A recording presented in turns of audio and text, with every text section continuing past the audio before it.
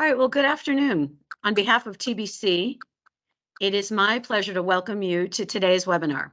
My name is Lisa Corridon. I'm the manager of the marketing team here at TBC. And today's topic is very important in the current cybersecurity landscape, and one that we are very excited to share with you. And that is extended threat detection and response, or xTDR. TBC developed xTDR to integrate industry-leading AI-driven solutions and automate threat detection and response from a central platform. Global enterprises rely on xTDR to stay ahead of modern cyber attacks. I'm the lucky one today because I have the honor of introducing you to our esteemed panelists, two of my colleagues, Samuel Hernandez and Marcos Saiz. So I ask that you indulge me while I read, because I don't want to miss a word of these fantastic credentials. Samuel Hernandez is a seasoned IT professional with over 26 years of experience using IT to improve business operations. Much of his career has been spent working with Global 2000 and Fortune 500 companies on their journey to cloud maturity, infrastructure security, and automation. Samuel is a strategic account executive with TBC.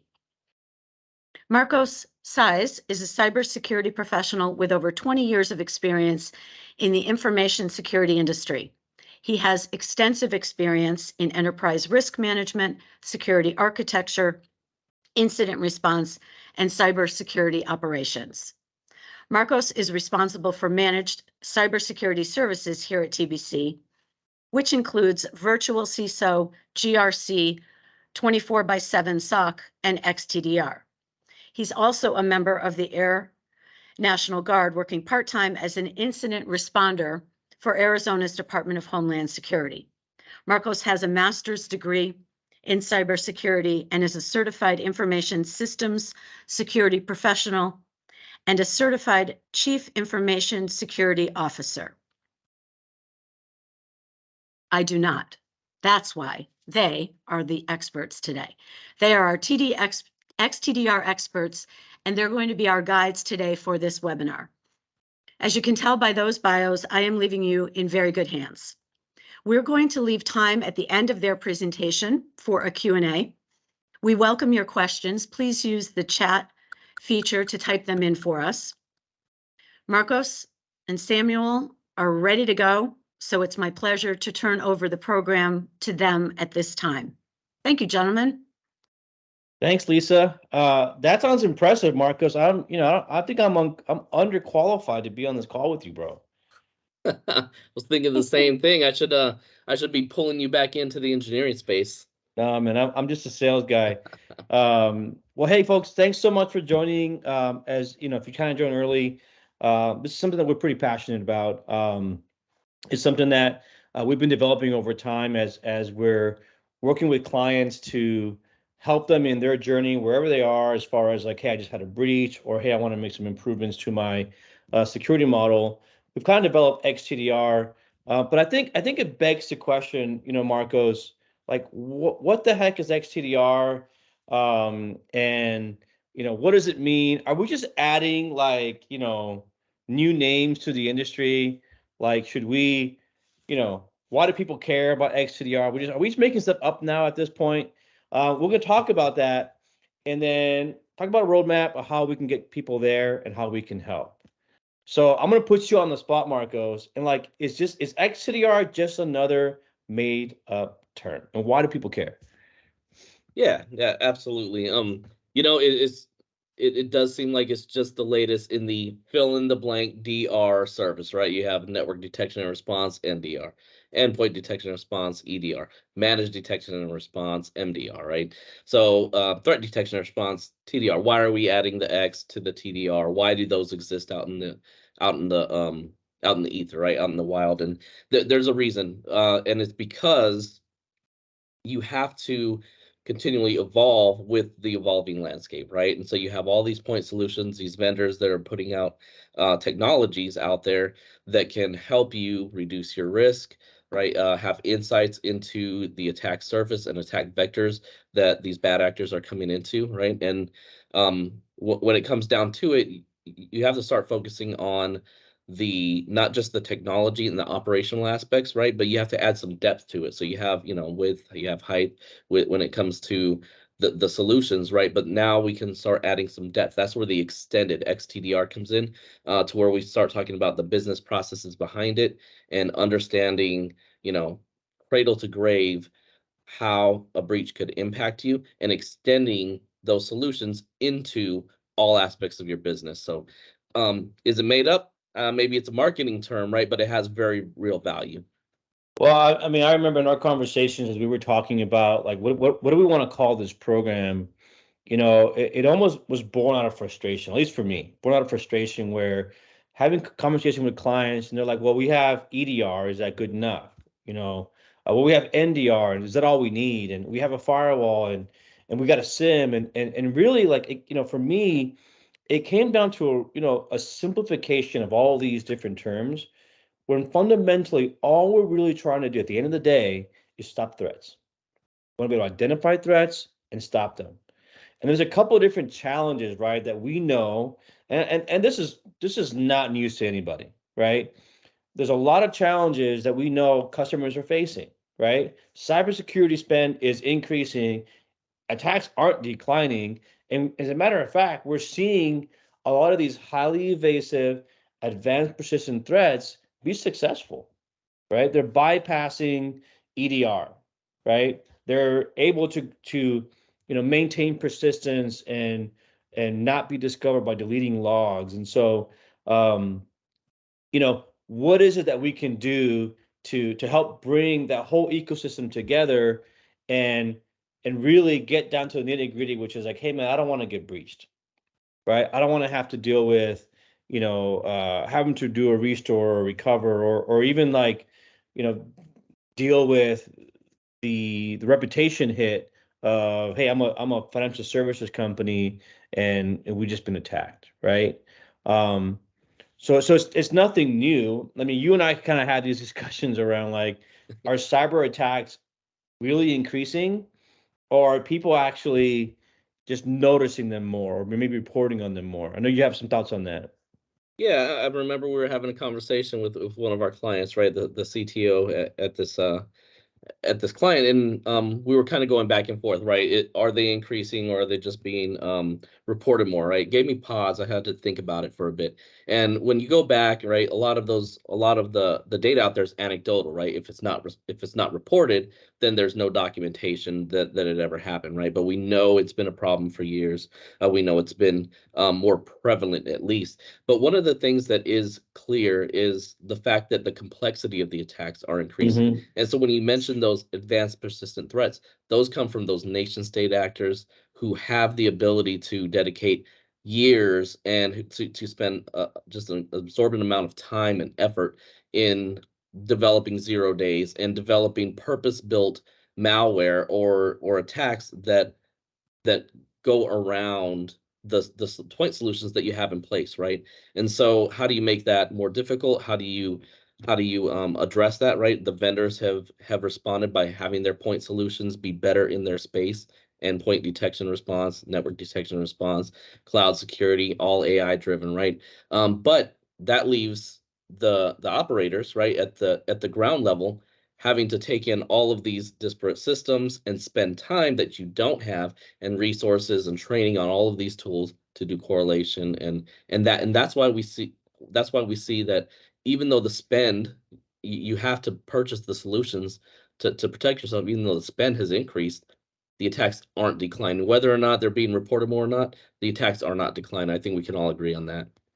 Yeah, what else we can agree on, honestly, like the time that we're spending, trying to deal with this problem, it's a concern, right? I mean, I know security analysts are hard to come by nowadays, and I can't tell you how many of my clients, it's a revolving door, right? The other thing we can agree on, and I think I just lost my point. Is that so?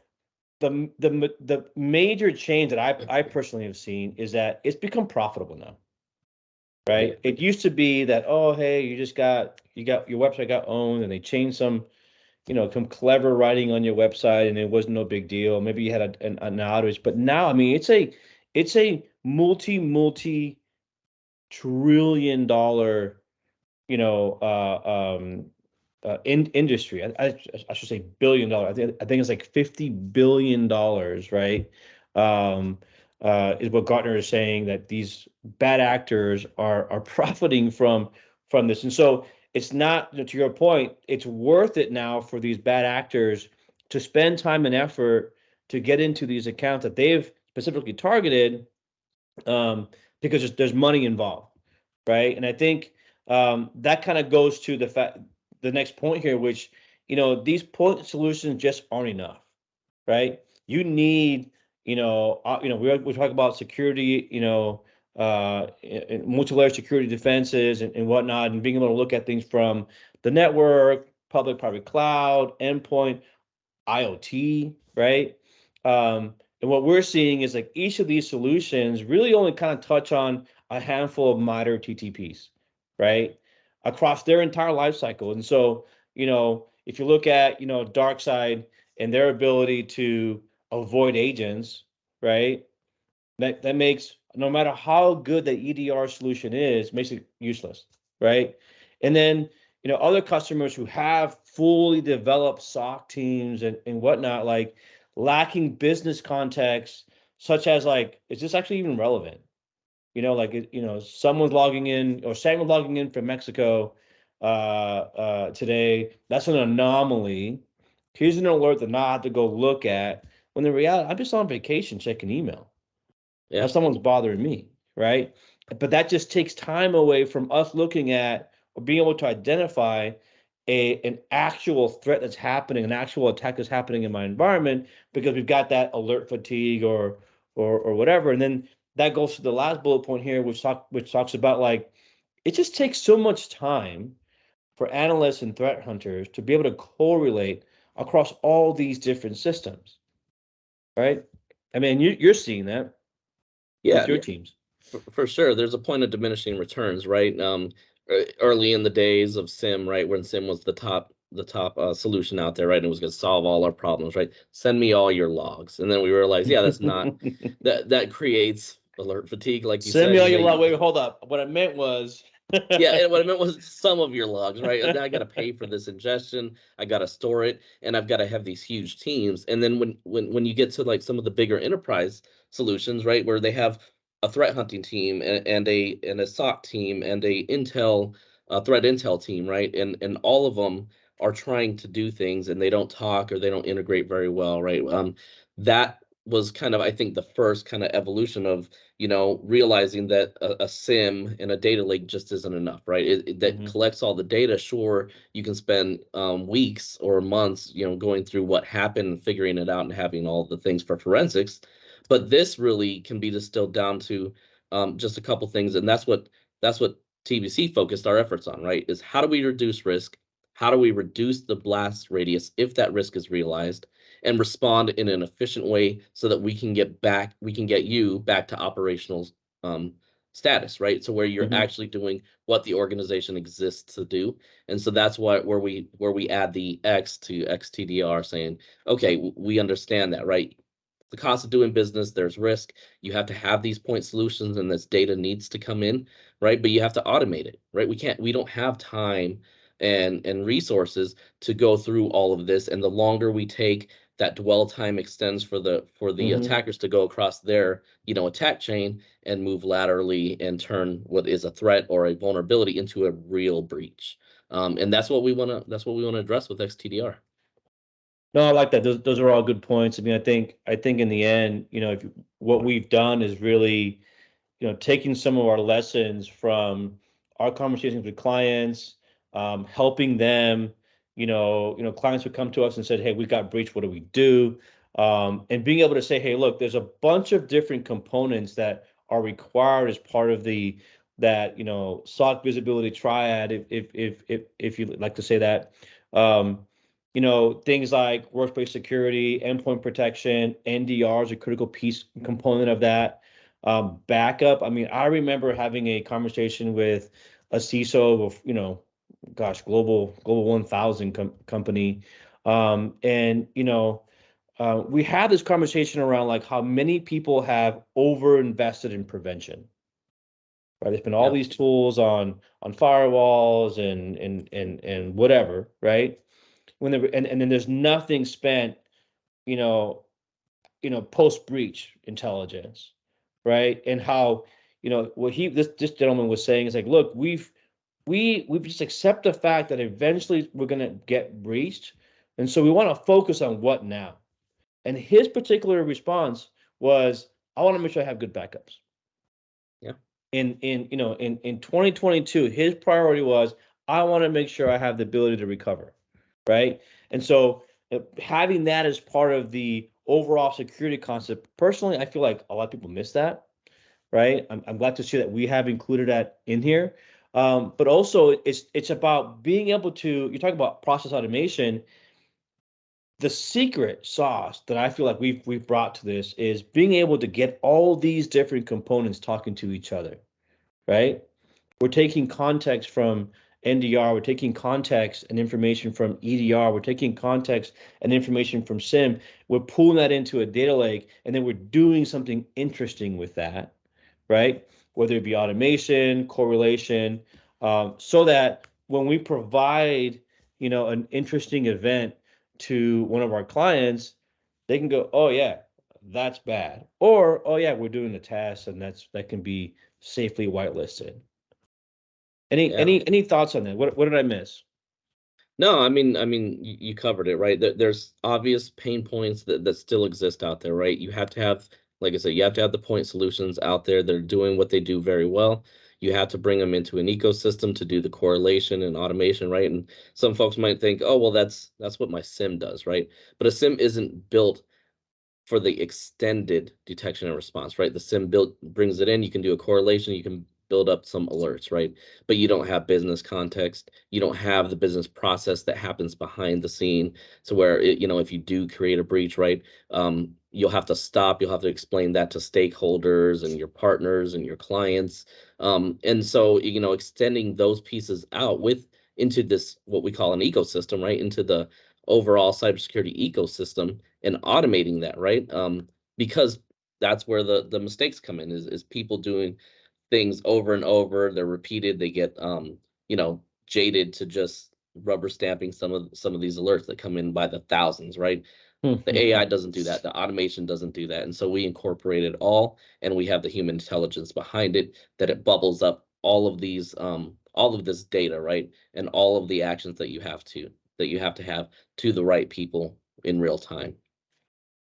Yeah, I think that there's a couple of good points. I mean, what we do at TBC really, we do infrastructure, we do networking, security, all that.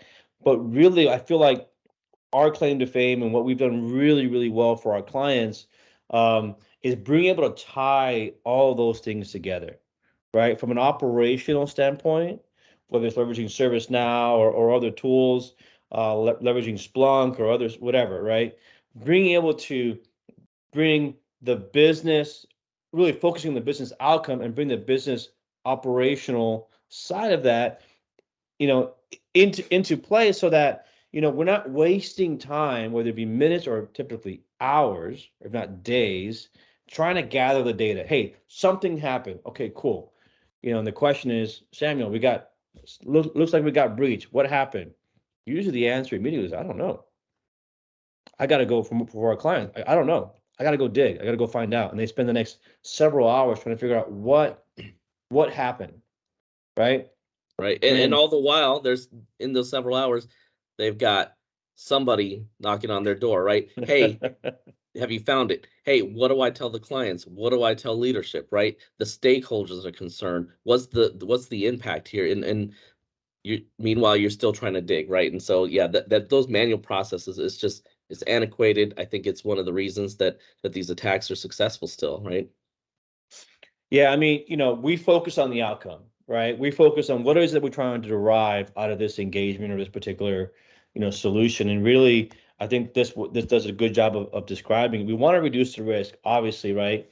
We want to have, all these integrations with all these different tools, right, that are correlated. So we have a holistic view of the attack surface, right? And not just a bunch of lock, but really what's important, right, with context, right?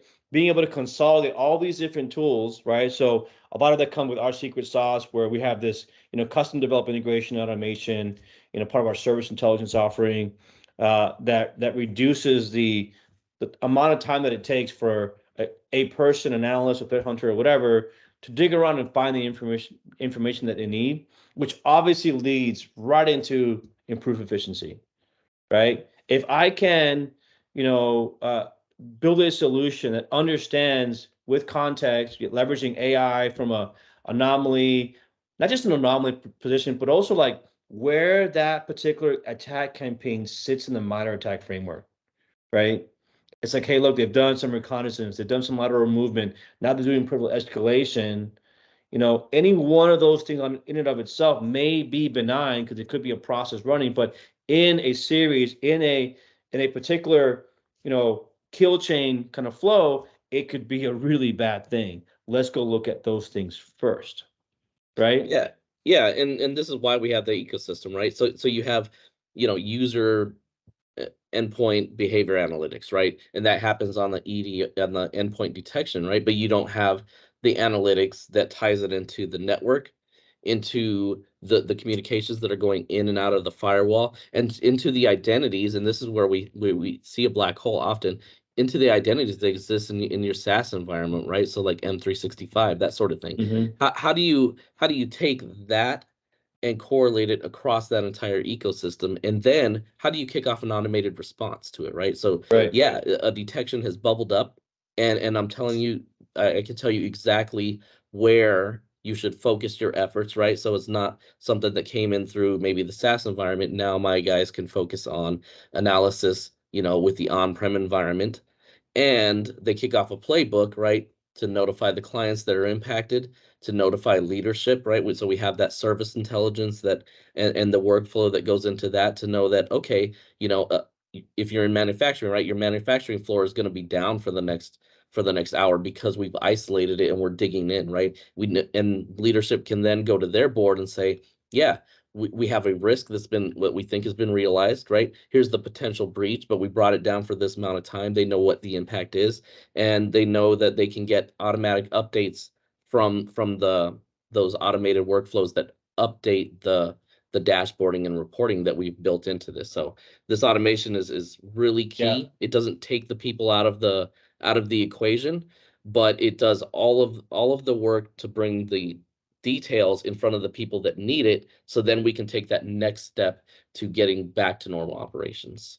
Yeah, I can't overstate the importance of that. I mean, it's really hard to describe, like, the impact of having integrated ITSM workflows, right, as part of this, right?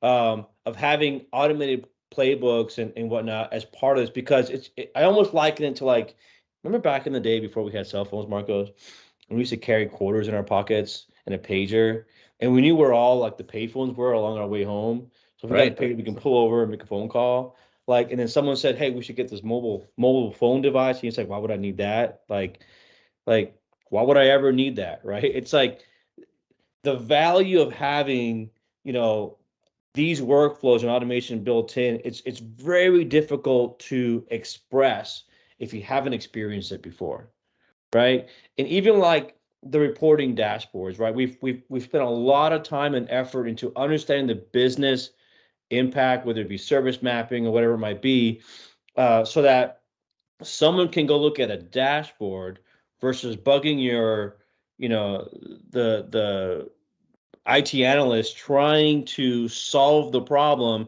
Instead, they're answering questions of like, what happened? How long are we going to be down? When is it going to be back up? They're actually able to focus on, so simple things like that, having, these executive level and also detail like SOC and NOC, level reporting dashboards, so that people have information that's that's accurate, right? That might be important.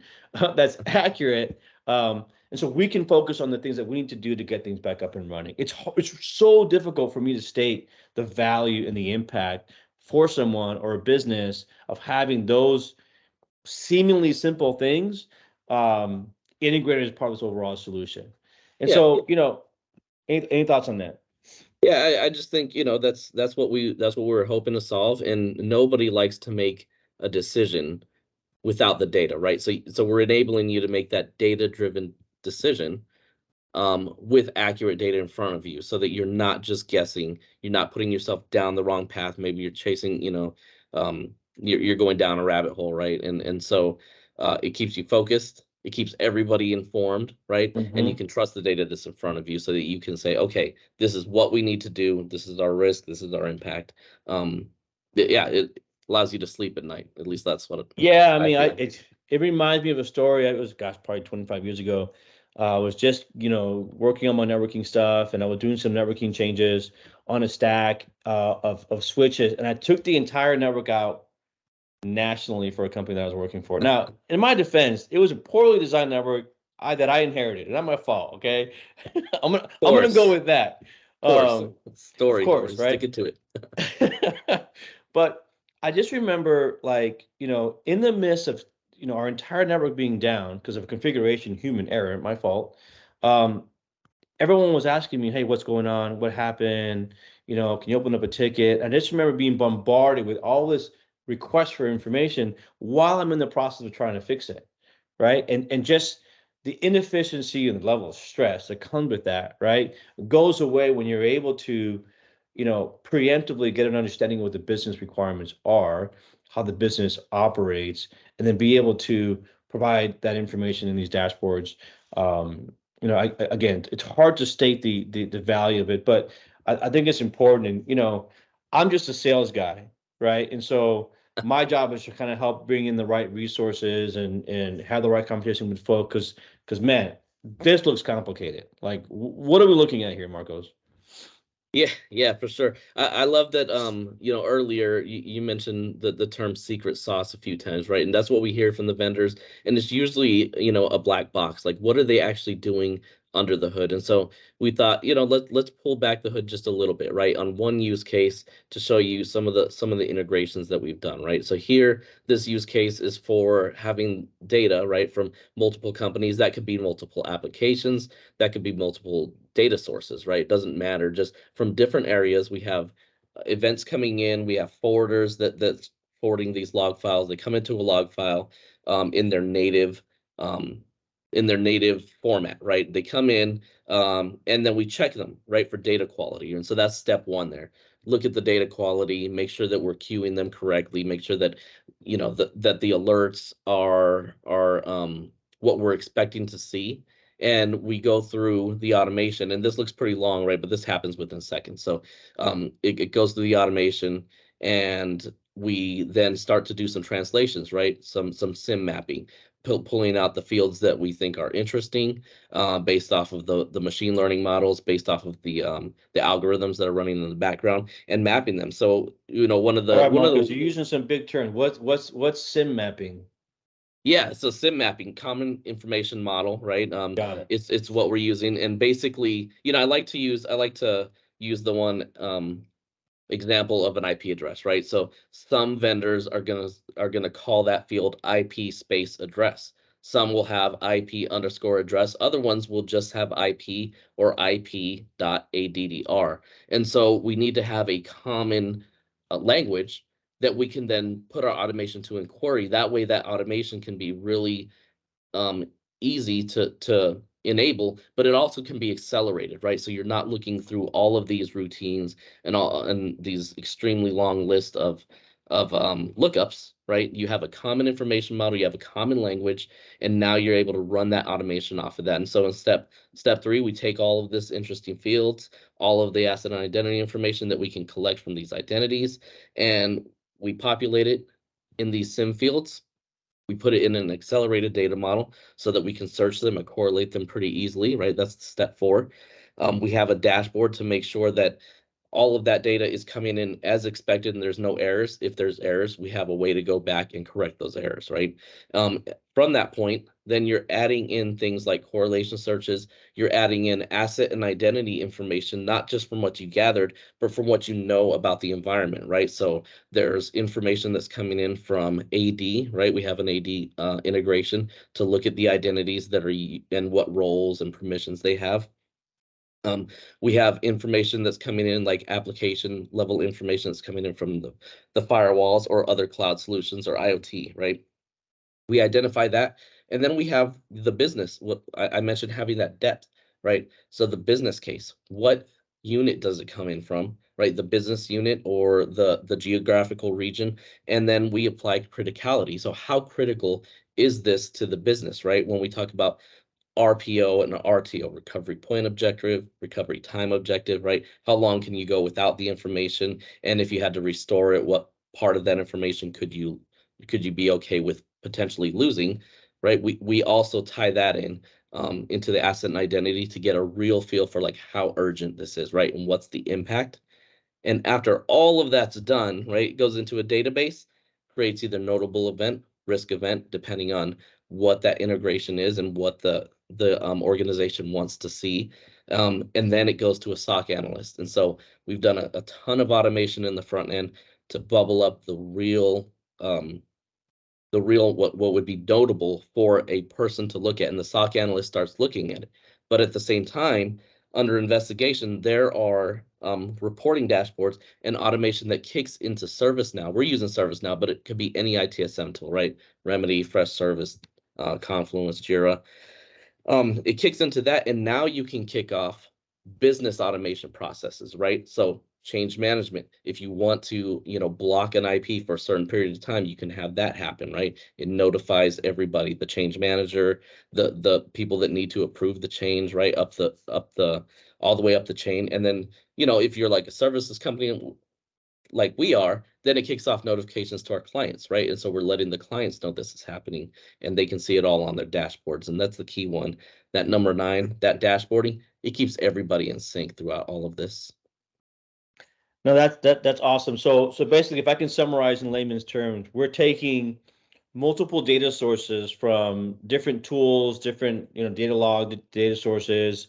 We're creating a common information or common kind of like mapping of all that information so that we can then ask intelligent questions, right, and get contextual answers back that allows us to look at that information and do something interesting with it, whether it's an automated response such as hey, like this is a level 9 or level 10 criticality, go ahead and isolate that host for 2 hours, or go ahead and isolate that or disable that user account for 4 hours so we can do some investigative study, right? And that can be based on like, hey, like don't ever disable Samuel's account because like he's always doing stupid stuff, right? Or really the CEO's account, right? No one wants to disable the CEO's account without actually looking at it. So there's that level of kind of intelligence, and then obviously getting all the contextual data so that we can either report on it,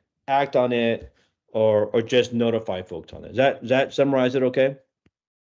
Yeah, that is a perfect summary, right? We want all of this to be transparent, and it should be to the end user, right? Because all people are focused on is what is the outcome. And again, we built all of this based on that outcome, right? Do you get the reporting that can query, right, either automatically or through a person, right, a real life person, the data that you want, and put it on a dashboard so that you have it real time, in the middle of the night. If you're worried about something right in the middle of an investigation, you don't have to stop somebody else that's actually doing the investigation.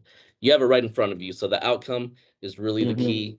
All of this, that the secret sauce, we just wanted to pull back the curtain just a little bit just to show, this is one instance where we put this into place. We have the integrations built in. They're all custom developed. So you can't buy this off the shelf, right? It had to be brought in, it had to be correlated, and we package it up and call it xTDR. Well, one thing that this highlights for me, Marcos, is again a difference in our approach, right? It's not a a lot of managed service providers that I have experience with is a big black box. I lob a ticket over and I hope I get a response, right? Yep. And I have no idea like what they've done, how things are you're talking to each other, or is anyone actually working on it, right?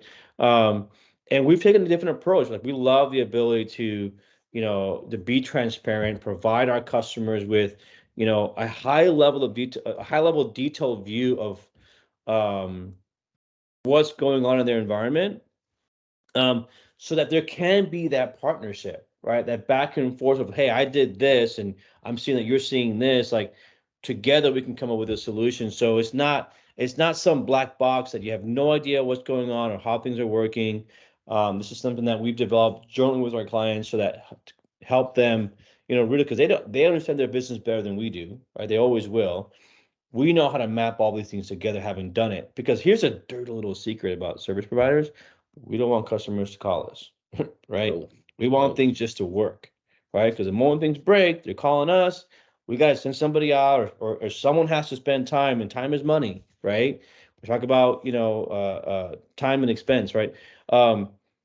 We want things to work well, and so having done this, and for ourselves and for a myriad of other clients, we realized that, hey, like this might be something that we can repeat and actually go to market with, because it solves some real problems and it actually provides value, right? And so just I wanted folks to understand, like that's our approach. It's somewhat unique, and at least in my experience, where it's not some black box that you send stuff into and you hope you get a good response, right?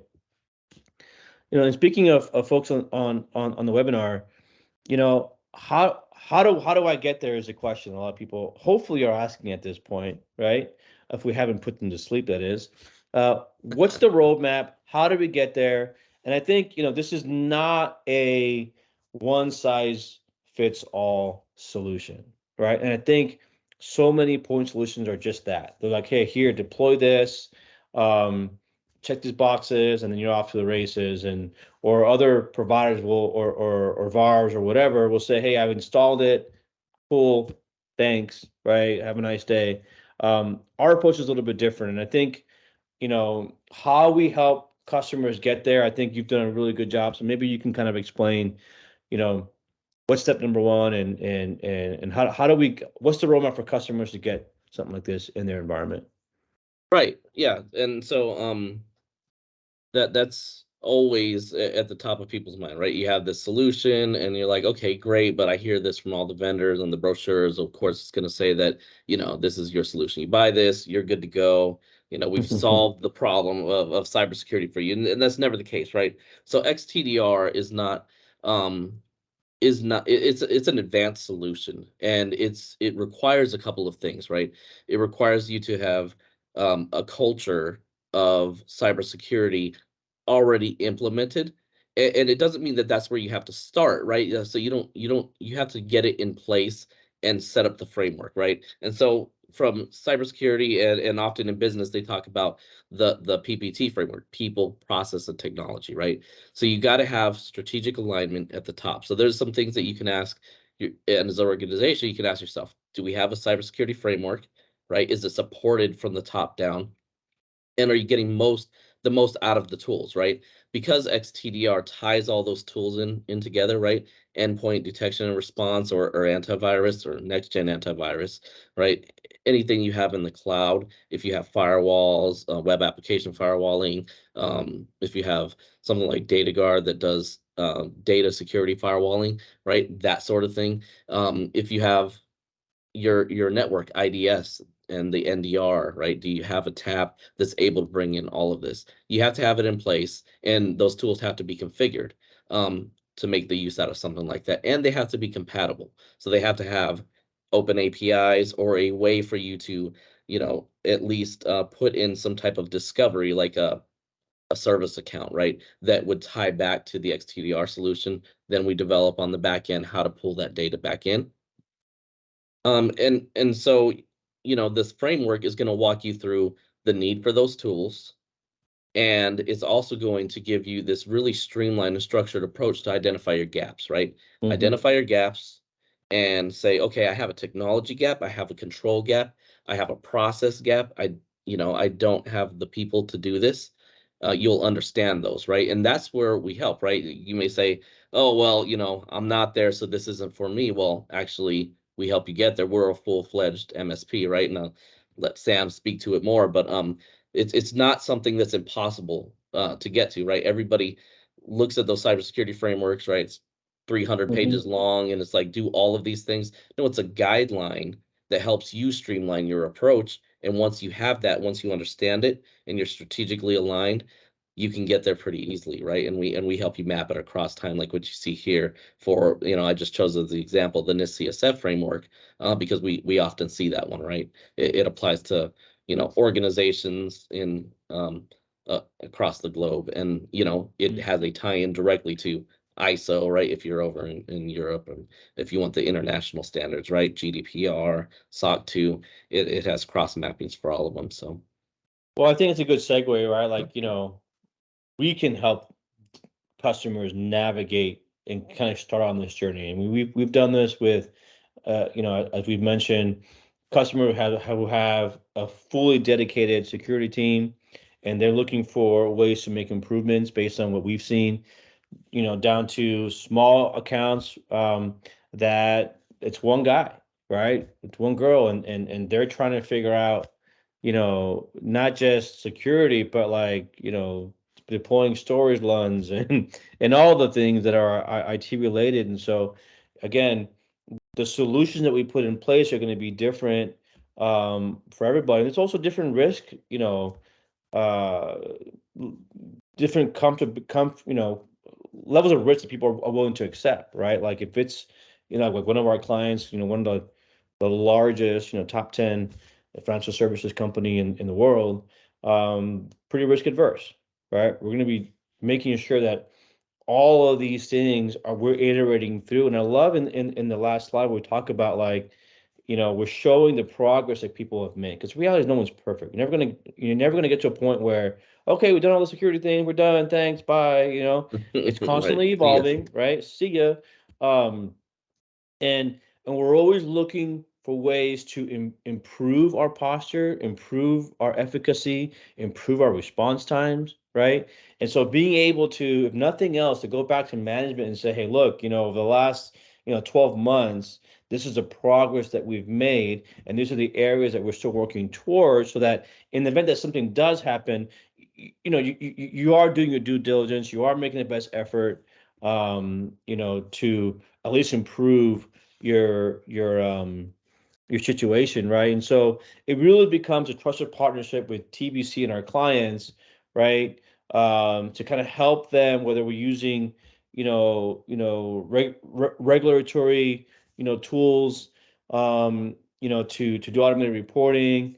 I think for me, one of the most fundamental tool, I feel like this is step number one, right, for my customers, is doing a security infrastructure posture assessment, right? It's about a 2 to 3 week engagement where we come in, we do a bunch of interviews and gather a bunch of information, and it gets us a really good kind of point in time. Okay, this is where you are, right? And based on our conversation, you're saying this is where you want to be. Here's the gap, and here's the priorities of things that you probably want to do first to make, gather that low hanging fruit, right? As an example that I can think of recently, you talked about, tools having to be compatible, right? We had some customers that had some antiquated, literally antivirus tools. And it's like, hey, bro, like you may want to update that, right? So we can, Sure.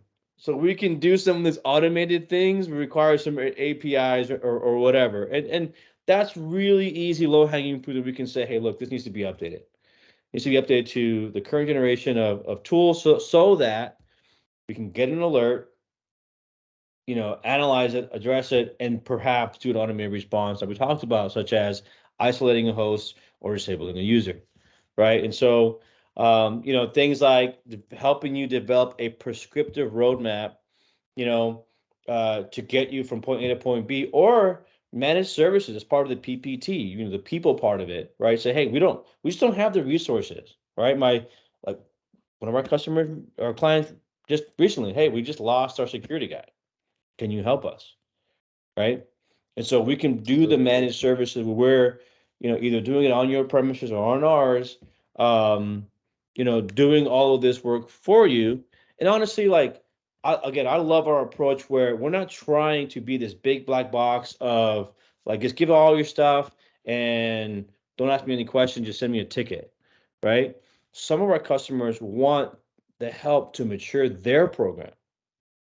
Right. Right. And so we'll start as a managed service provider, sharing our best practices, sharing, our recommendations, and even being a part of like the hiring process for them, right? So that they can develop their own program and get to a point where they don't even need us anymore, right? Now we're coming in from a consultant, kind of an advisory role on a quarterly basis, and doing that report you do, would say, hey, look, this is where you've improved, this is where you still need to improve, and now we're doing that. And so everywhere and everywhere and anywhere in between that is where we can find, our customers and just kind of help them measure the success, find the reporting, do the implementation that are necessary, and again, just doing that continuous improvement over time, because this is not a destination, it's a journey, right?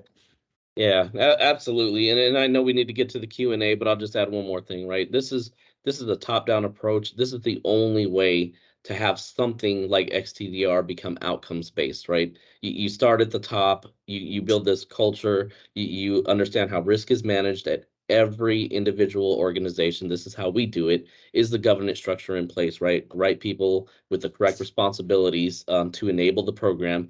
And then you understand your threat profile, and we just map it over time. And where managed services make sense, we help you out. And Yep. where, consulting services make sense, we teach you how to do it, right? And then we turn it back over to you. But that is really, really how it goes. It has to be top down. It has to be, cybersecurity. I heard a quote that it's the silver thread that actually goes and through every aspect of your business and ties it all together, right? It has to have input into all of those. And so xTDR is built with that in mind. I like that, the silver thread, kind of like silver lining. I'm Yeah. gonna I'm gonna come up with some kind of like funny pun on that. I think like TBC's a silver lining and the silver thread. Anyway, I'll save my dad jokes for our upcoming comedy event. But why don't we Awesome. hand it over back to Lisa, Yep. so we can do some Q&A. Samuel, Marcos, thank you so much. I really appreciate you making me feel a bit smarter on this topic that is complex. I can wrap my brain around this holistic approach that xTDR offers. So thank you both for that. And let me lob some questions at you. Awesome. Are you ready? Let's have them. What response options does the product include, and how quickly can your team respond? Yeah, great question, right? So yeah, that is the R in xTDR, right? And we wanted to make that a capital R, right? So the reason that we talk about that you need to have APIs and you need to have compatibility is for that response piece, right? And so, I'll just give a couple of examples. If you're getting hit with, a scanner that's out there, it doesn't help to just permanently blacklist or block that scanner, right? And so what our analysts would do is, if it's coming in and it has an impact to the operation of maybe our firewall, right, we want an automated response that will pick that up as an alert saying, hey, we've got a targeted attack here that's maybe a DDoS, and we're going to automatically block that because it meets all the requirements.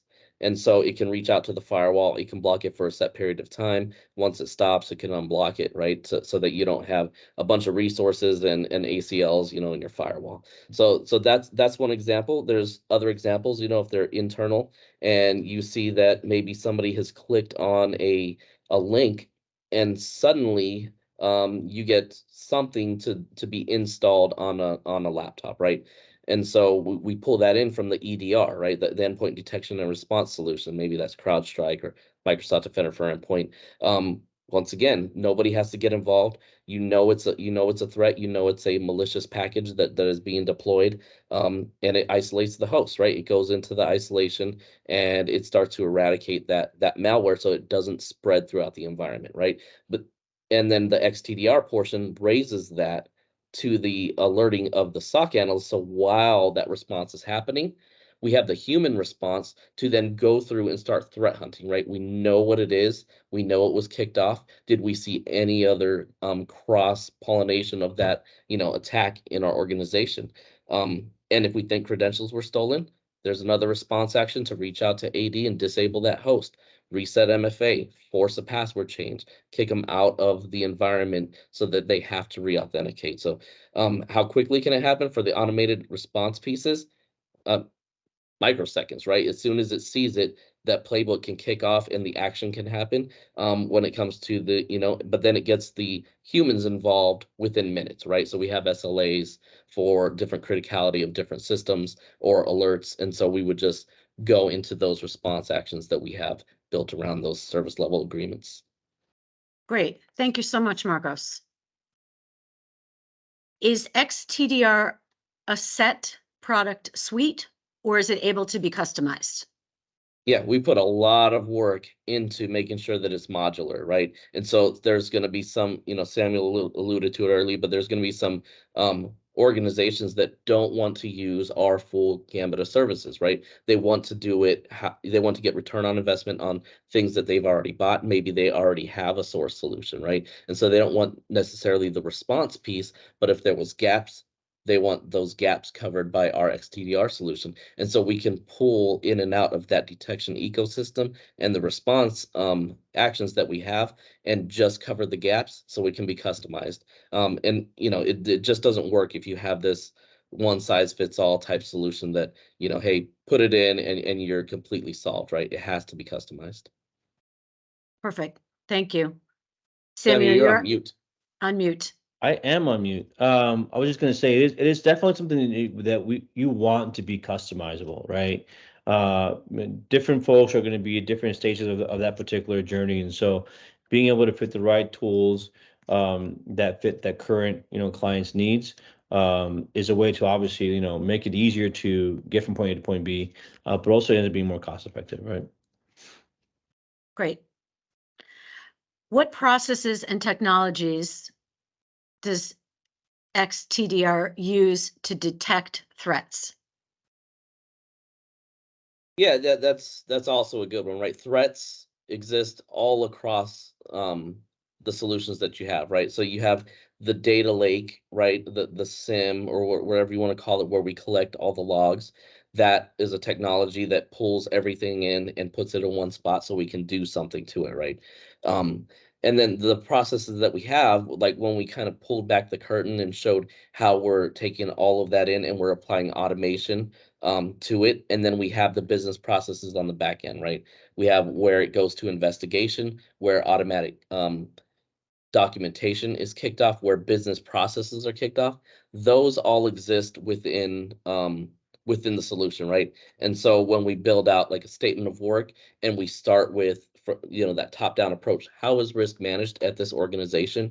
We then start to flesh out how those business processes, how those run books are kicked off, right? And so the processes and the technologies are pretty set. We have NDR, we have EDR, right? Network detection and response, endpoint detection and response. They use AI-driven and machine learning models, right, to detect behaviors.